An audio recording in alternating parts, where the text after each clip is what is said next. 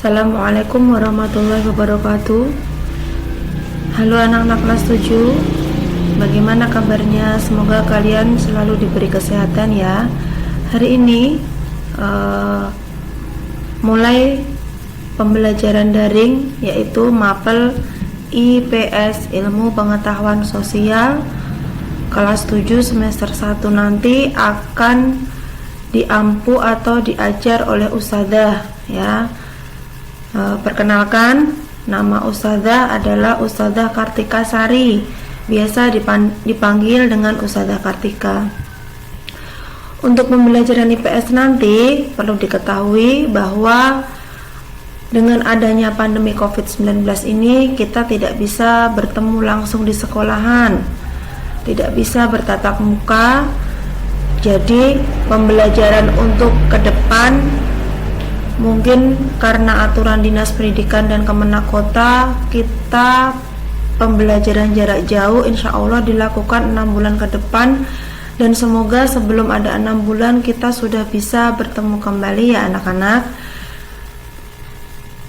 Di sini pembelajaran daring tidak sekedar hanya pembelajaran biasa yang hanya bisa disepelekan di rumah. Di sini Ustadzah sudah membuatkan video-video tentang pembelajaran yang bisa kalian lihat, kalian pahami, dan kalian juga punya buku pegangan yang sudah kalian beli. Itu nanti bisa dibaca sambil mendengarkan Ustadzah, sambil Ustadzah menjelaskan materinya.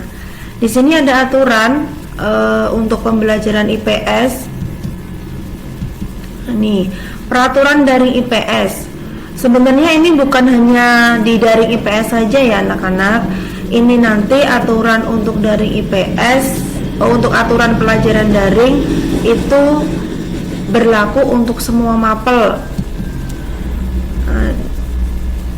Ini harus absen di kolom komentar video yang diunggah atau di-share, ataupun bisa absen di WA group. Untuk apa? Supaya Ustadzah tahu kalian itu sudah siap untuk melakukan pembelajaran daring.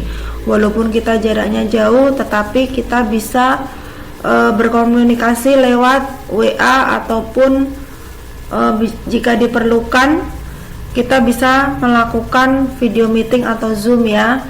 Jadi setelah kalian menonton video yang Ustadzah berikan, kalian bisa di kolom komentar bisa absen, atau misalnya ada pertanyaan kalian bisa japri, atau misalnya pengen video call bisa.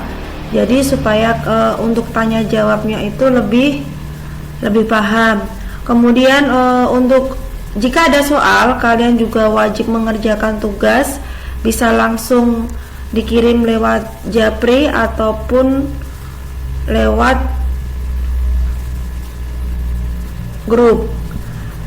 Nanti untuk pemberitahuan, sementara kita akan nge-share tugas lewat WA group ya. Bisa lewat grup kelas untuk anak-anak, ataupun nanti orang tua juga akan diberitahu materi-materi apa yang sudah diberikan para ustadz-ustadzahnya. Ini sekalian ya, Ustadzah sebagai kurikulum memberikan aturan-aturan yang nanti akan dilaksanakan untuk kedepannya pembelajaran daring. Jadi kalian walaupun di rumah, misal jam 7 sesuai jadwal, berarti harus standby di laptop, komputer, ataupun HP-nya masing-masing ya, untuk melihat materi-materi atau memutar video materi yang sudah diberikan para ustadz-ustadzahnya. Kemudian untuk pembelajaran TPQ, sekalian saja pembelajaran TPQ nanti sudah dibuat grup masing-masing ya. Jadi nanti kalian bisa konsultasi setor ngajinya, setor hafalannya, setor tahsinnya, jilidnya melalui ustadz-ustadzah yang sudah ada di grup TPQ masing-masing. Untuk di awal, Ustadzah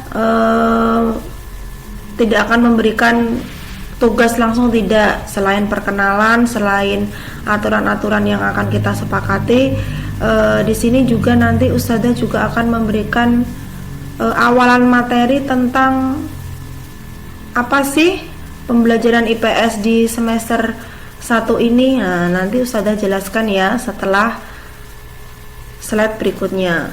Kemudian untuk tambahan lagi bahwa kalian harus menyiapkan 2 buku tugas sama buku catatan ya. Selain buku pegangan yang sudah kalian punya, buku dari penerbit Erlangga, kalian juga harus menyiapkan buku tugas dan buku catatan.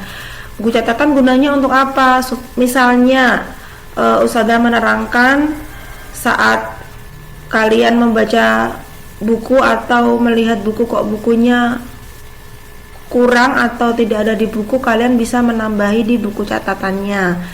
Jadi kadangkala ada tambahan-tambahan yang memang di buku materi kalian tidak ada, mungkin tidak semuanya. Kemudian untuk buku tugas, jika ada tugas kalian bisa menulis di buku tugas dan nanti bisa difotokan di WA Ustazah.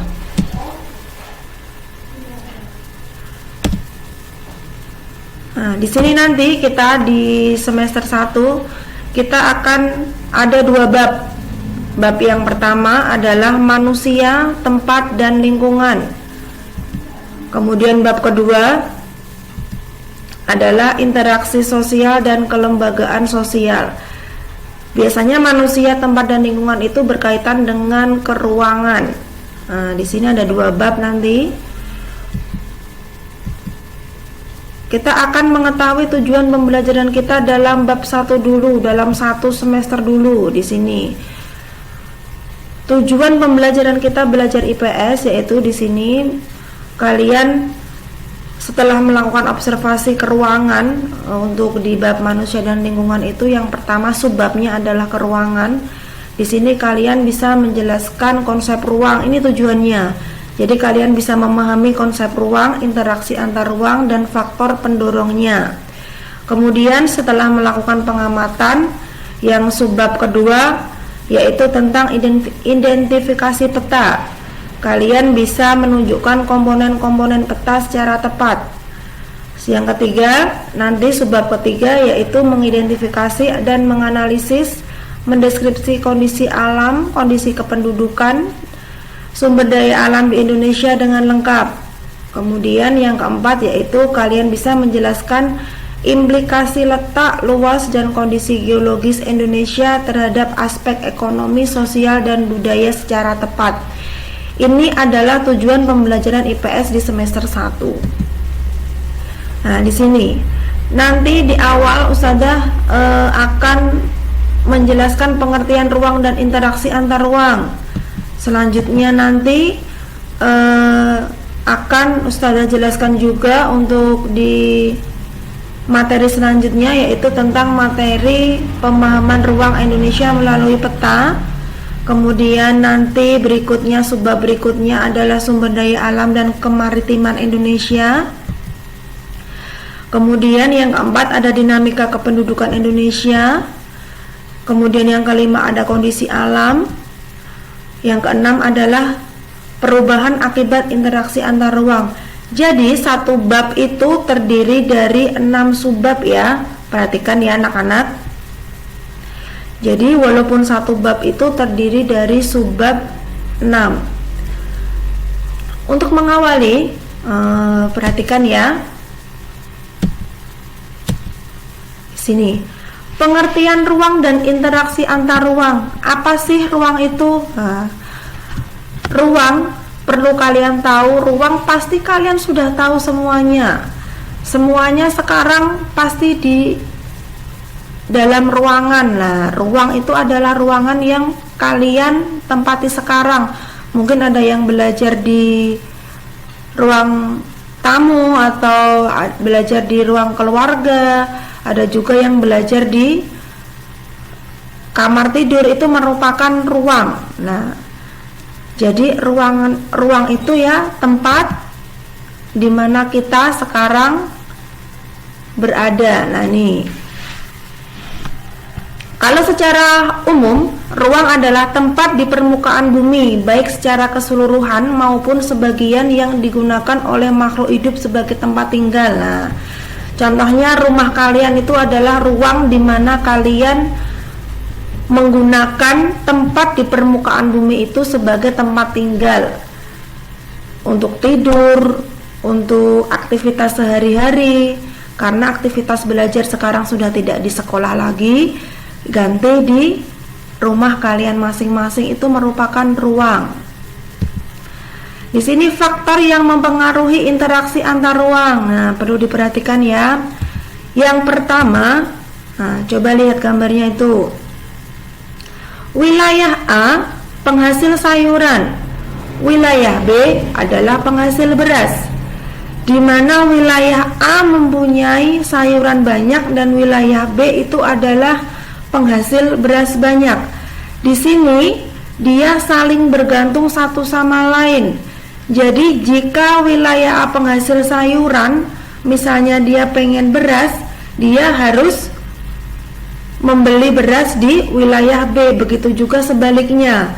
Jika wilayah B butuh sayuran, berarti wilayah B harus beli sayuran di wilayah A. Ini namanya interaksi antar ruang saling melengkapi antar satu wilayah dengan wilayah yang lainnya. Kemudian yang kedua, faktor yang mempengaruhi adalah perlu diperhatikan.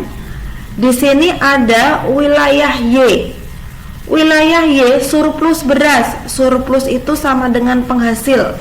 Wilayah Y surplus beras atau penghasil beras, tetapi dia minus sayuran atau dia tidak penghasil sayuran. Kemudian di wilayah X ini dia penghasil sayuran tetapi tidak penghasil beras. Ini ya. Jadi dia penghasil sayuran tetapi tidak penghasil beras. Jadi kebalikan dengan wilayah Y. Berarti bisa wilayah Y itu bisa membeli sayuran di wilayah X, dan jika wilayah X butuh beras, dia akan membeli di wilayah Y karena mereka saling membutuhkan, saling melengkapi juga seperti di poin nomor 1. Tetapi di sini muncul wilayah Z. Wilayah Z ini juga sama. Dia penghasil beras dan juga penghasil sayuran, ya. Jadi wilayah Y punya saingan yaitu wilayah Z. Nah, di sini tengah-tengah. Jadi wilayah ini tengah-tengah. Yang awalnya wilayah X jika butuh beras itu akan membeli di wilayah Y. Setelah di sini wilayah Z itu juga dia bisa menghasilkan beras, tetapi dia juga tidak ada sayuran. Sekarang wilayah X bisa memilih antara bisa membeli di wilayah Y dan bisa membeli di wilayah Z. Nah, ini dinamakan kesempatan antara. Kesempatan antara berarti wilayah X bisa berkesempatan untuk tidak sepenuhnya membeli di wilayah Y, tetapi berpindah di wilayah Z. Kemungkinan besar jaraknya lebih dekat. Karena awalnya dulu membeli di sini, karena ada satu daerah saja yang penghasilan beras, jadi dia memilih membeli di wilayah Y. Tetapi setelah muncul wilayah Z, karena jaraknya lebih dekat dengan wilayah Y, jadi wilayah X berubah membeli barang yang tidak ada di negara X, berpindah membeli dari wilayah Y, berubah membeli ke wilayah Z. Ini namanya kesempatan antara. Yang ketiga,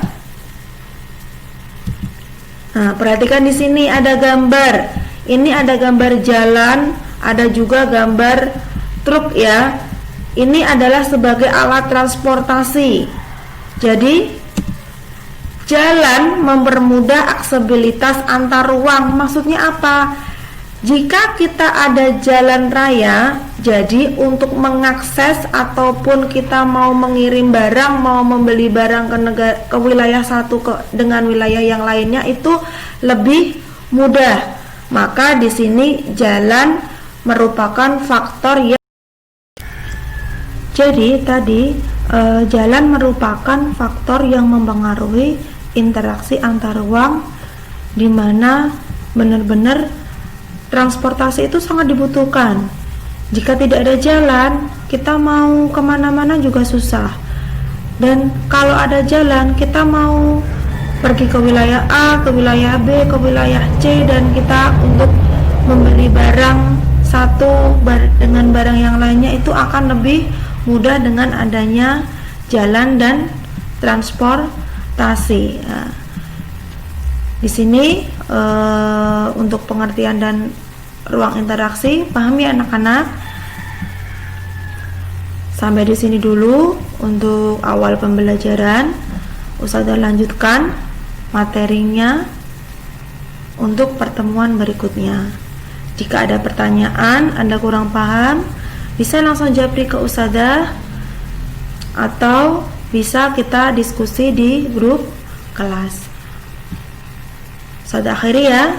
Assalamualaikum warahmatullahi wabarakatuh.